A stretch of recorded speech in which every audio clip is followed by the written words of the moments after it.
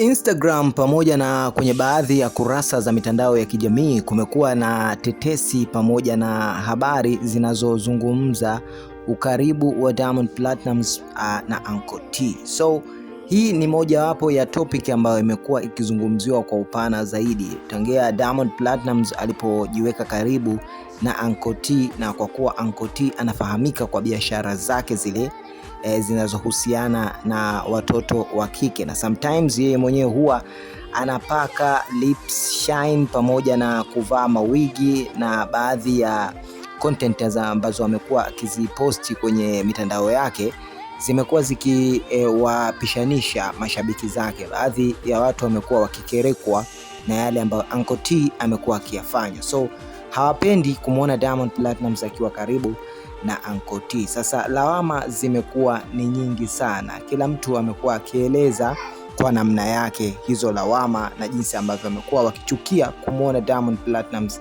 akiwa na Uncle T. Sasa hii hapa ni mojawapo ya party kubwa sana ambayo imeweza kuandaliwa na Wasafi, na wameweza kualikwa wadau pamoja na watu wa karibu na familia ya Wasafi. Sasa picha hii hapa ni picha ambayo Diamond Platnumz alikuwa karibu na Uncle T, na jinsi ambavyo alivyomuona kuweza kumpa hugs na kuweza kuwa kwa pamoja kumeweza kuibua mihemko na baadhi ya maneno baina ya mashabiki huko mitandaoni. Mashabiki wengi wamezungumza kwa namna tofauti tofauti, wameweza kushare experience zao, na mashabiki tunajua vile ambavyo wakipandisha sukari wanakuwa wa moto sana. So Diamond Platnumz pamoja na Uncle T inaonekana kwamba wana ukaribu ambao sasa hivi umekuwa very family, na yote hii imetokana tu na ile project ya Sasampa ambayo Diamond Platnumz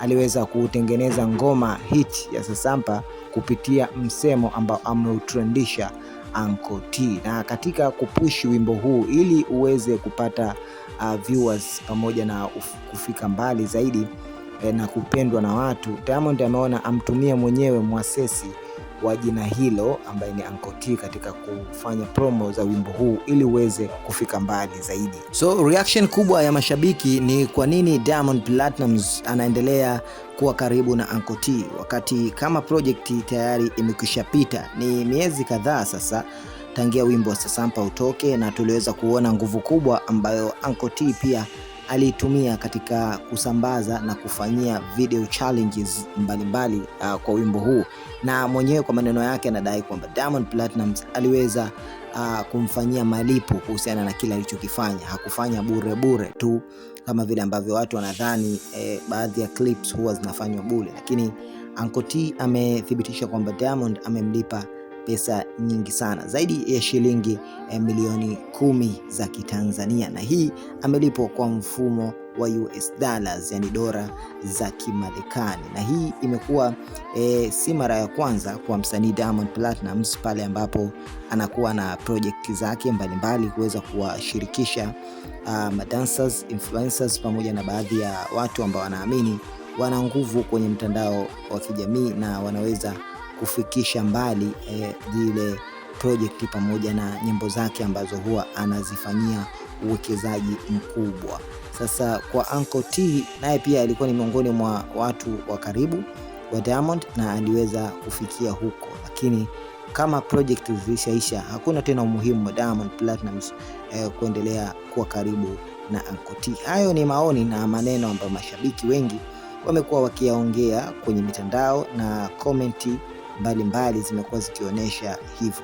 Sasa Diamond Platnumz kwa upande wake, yeye ni msanii, yani ni superstar kwenye engo nzima ya muziki. So yeye kama msanii anahitaji watu mbalimbali ambao hao ndio wanaofanya muziki wake uendelee kukua. Msanii anapokuwa na watu maarufu kutokea kwenye kona tofauti tofauti, huwa inasaidia katika kupush na kupeleka kazi zake mjini kwa urahisi.